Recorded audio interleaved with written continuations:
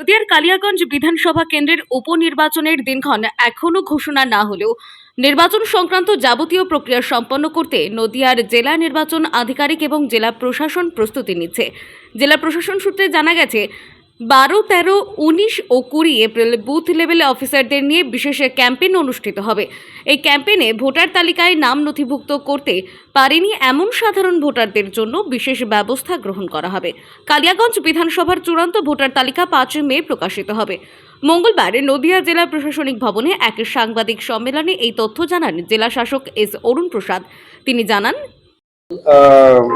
সার্কুলেশনের মাধ্যমে সেটা আমরা আমাদের নিউজ পেপারে অ্যাড দেওয়া হয়েছে, লোকাল নিউজ পেপারে। সেটা আপনাদেরকে আমি দেখিয়ে দিই।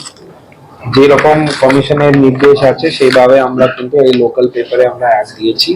তো কালীগঞ্জে যারা বাসিন্দা থাকছেন তাদেরকে আমি অনুরোধ করব, তারা নিউজ পেপার এবং কেবল চ্যানেলেও আমরা অ্যাডগুলো দেব। তার মাধ্যমে কিন্তু তারা এই যেখানে ওদের নিয়ারেস্ট যে বুথ থাকবে, যেখানে ওরা ভোটার হিসাবে রেজিস্টার্ড আছে, সেই বুথে গিয়ে তাদের যে বিভিন্ন ডিটেলস গুলোকে ভেরিফাই করতে পারে এবং যদি কোনো ওদের ফর্ম 6 ইয়া 7 ইয়া 8 দেওয়ার থাকে তাহলে ওরা ওটা দিতে পারে। এরপর তিনি আরও জানান, ইতিমধ্যে 2 এপ্রিল সর্বদলীয় বৈঠক অনুষ্ঠিত হয়েছে, যেখানে কালিয়াগঞ্জ বিধানসভা কেন্দ্র এবং ভোটার তালিকা নিয়ে আলোচনা হয়েছে। বর্তমানে কালিয়াগঞ্জ বিধানসভা কেন্দ্রে মোট ভোটার সংখ্যা 2,54,878 জন।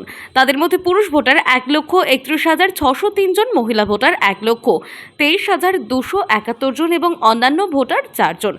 এখানে মোট 309টি পোলিং স্টেশন রয়েছে, যেখানে বুথ লেভেলের অফিসাররা ভোটার তালিকা সংশোধনের কাজ করবেন। নদিয়া থেকে অরিন্দম চক্রবর্তীর রিপোর্ট, টাইমলেস ডেপিকশন নিউজ।